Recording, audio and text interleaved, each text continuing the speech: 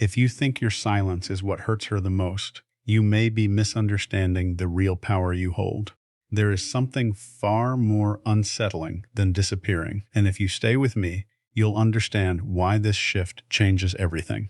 Not just for her, but for you. If this speaks to you at any point, quietly like the video and subscribe. Not for me, but for the version of you that's ready to grow beyond reaction. Most men are taught that no contact is the ultimate move. You pull back, you vanish, you stop texting, stop calling, stop watching her stories. And yes, silence creates space. Space creates curiosity. Curiosity can create longing. But silence by itself is still a reaction. It is often fueled by pain, by hope, by the unspoken desire that she will notice your absence and feel something sharp enough to come running back. And here is the uncomfortable truth.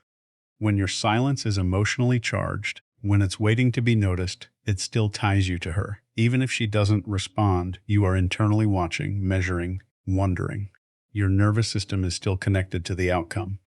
Stoicism was never about silence as a strategy. Stoicism is about emotional sovereignty. There is a difference between I am not speaking to you and I no longer need to move in response to you.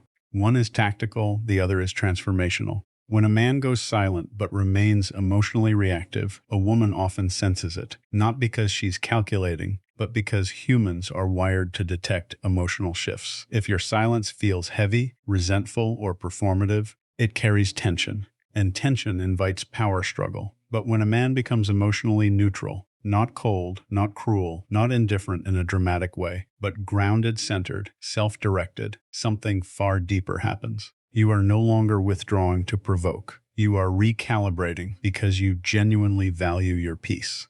That is what unsettles someone, because when your identity is no longer orbiting the relationship, she can no longer predict you. She can no longer feel your emotional pull trying to reach her. And uncertainty, when it is calm and dignified, is far more powerful than silence, fueled by pain. Many men think strength is in withholding communication. True strength is in withholding emotional dependence. When you stop monitoring her behavior, when you stop crafting your actions to influence her reaction, when your life begins to expand beyond the storyline of us, you are no longer playing the game. You are walking away from the board. And that shift, subtle but profound, creates a psychological impact far deeper than ignored messages ever could. Because silence can be broken, but emotional detachment born from self-respect that rewrites the dynamic entirely. Most men misunderstand what actually creates emotional impact. They believe pain creates it. They believe distance creates it. They believe mystery creates it. But what truly creates emotional weight is emotional self-containment. When you practice no contact as a rule, you are still orienting your behavior around her.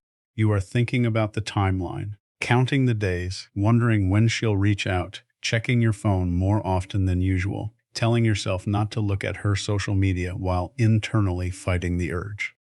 That internal struggle is not stoicism. It is suppressed attachment. Real stoicism is quieter than that. It is less dramatic. It doesn't feel like a performance. It feels like returning home to yourself. When a man stops reacting internally, not just externally, something shifts in the emotional field between two people. There is no more invisible tug, no more energetic checking, no more subtle attempt to win. And here is what many women experience in that moment. Though they may never articulate it clearly, they feel the absence of emotional access, not the absence of conversation, the absence of access. When you were emotionally invested, even in silence, she could still feel you oriented toward her. That orientation creates comfort. Even if she pulls away, she subconsciously knows your emotional door is open. But when you close that door peacefully, without slamming it, without announcing it, without trying to prove anything, she feels something different. She feels that you are no longer waiting, and that realization often lands heavier than silence ever could, because silence can mean, I'm hurt. Emotional self-containment means I have moved forward. That distinction changes the emotional equation entirely. You see, human beings are deeply attuned to relevance. When someone we once had emotional influence over begins to operate independently, without resentment, without hostility, without attempts to reconnect, it creates cognitive dissonance. What changed? Why does he seem steady? Why doesn't he feel reachable anymore? This isn't about manipulation, it's about emotional maturity. When you become emotionally anchored within yourself, you stop chasing reassurance. You stop interpreting her behavior as a reflection of your worth. You stop needing clarity from someone who is uncertain, and uncertainty no longer disturbs your peace. That calm, grounded stability is unfamiliar to many people, men and women alike, because so many relationships operate on emotional reactivity, text response, withdrawal, jealousy, pursuit, silence, reconnection, a loop. When you step out of that loop entirely, it disrupts the rhythm she was used to. And disruption without drama is deeply unsettling, not because it hurts her ego, but it signals growth. And growth, especially when it's quiet and undeniable, forces people to confront what they may have taken for granted. The man who needed validation is predictable. The man who no longer seeks it is powerful, not loud, not aggressive, just internally free. And freedom is something silence alone can never communicate. There is something even deeper happening beneath all of this.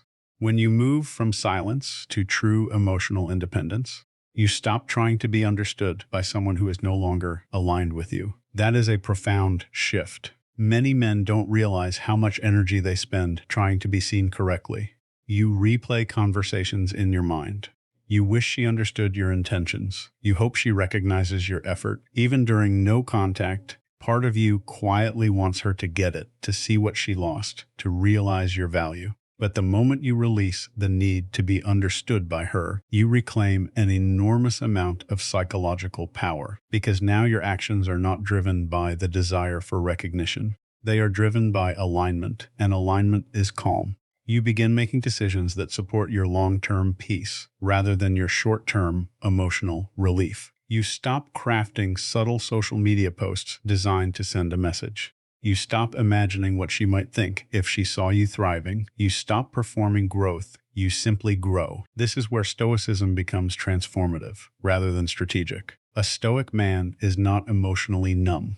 He is emotionally disciplined. He feels disappointment, attachment, nostalgia, but he does not allow those feelings to dictate his direction. And here is what makes this so impactful. When she senses that you are no longer trying to prove yourself, no longer trying to be validated, no longer trying to be chosen, she feels the shift in hierarchy. Not a hierarchy of dominance, a hierarchy of self-respect. You are no longer placing her perception above your own self-concept. That can be deeply disorienting for someone who once held emotional influence over you, because attention is a form of energy. And when you withdraw attention without resentment, you are not punishing. You are reallocating. You are investing in your health, your purpose, your friendships, your discipline, your routines, your future. And something subtle happens inside you during this process. You stop idealizing her, not because she was terrible, not because you suddenly see her as flawed, but because you begin seeing yourself more clearly. When your life expands, your perspective expands. The emotional intensity that once felt overwhelming starts to feel like a chapter rather than the entire story. And that shift does something powerful. It makes you emotionally non-reactive. If she reaches out, you respond calmly. If she doesn't, you remain steady. If she moves on, you do not spiral. If she hesitates, you do not chase. You are not detached from humanity. You are detached from dependency. And dependency is fuels most relationship anxiety. The quiet truth is this: what often hurts us more than silence is witnessing someone you once influenced become unaffected. Not cold, not bitter, unaffected. Bitter because when you are unaffected, you are no longer negotiating for love. You are only accepting what aligns with your standards. And standards built from self-respect are far more powerful than any tactic designed to trigger a reaction. This is the difference between playing a role and becoming a man who does not need to play one. There is a moment that happens quietly inside a man when he truly understands this. It's the moment he stops asking, "How do I make her feel something?" and starts asking, "Why was I willing to feel so little for myself?" That question changes everything, because when you obsess over strategies, no contact, delayed replies, controlled indifference, you are still centering her emotions as the reference point. You are still measuring your worth against her reactions. But Stoicism asks a different question. It asks, what is within my control? Her feelings are not. Her timing is not.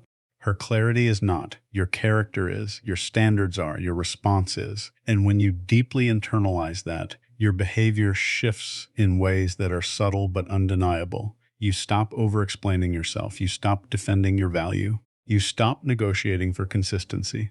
Instead, you observe. You watch how someone treats you without trying to manage the outcome. You listen to their patterns instead of their promises. You pay attention to how you feel around them.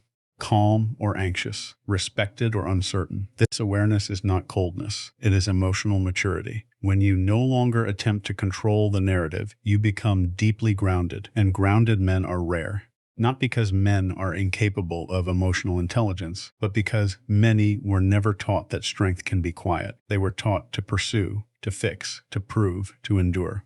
Very few were taught to step back and evaluate whether the connection is truly reciprocal. When you do that, when you calmly decide that your time, energy, and attention are sacred, you communicate something without saying a word. You communicate that access to you is earned through consistency, not chemistry alone. And that realization can land heavily, because chemistry is easy. Consistency requires character. If she senses that you are no longer impressed by temporary affection, no longer swayed by intermittent attention, no longer activated by mixed signals, she understands that you are operating from a higher internal standard, and standards do not beg. They attract alignment, or they walk away peacefully.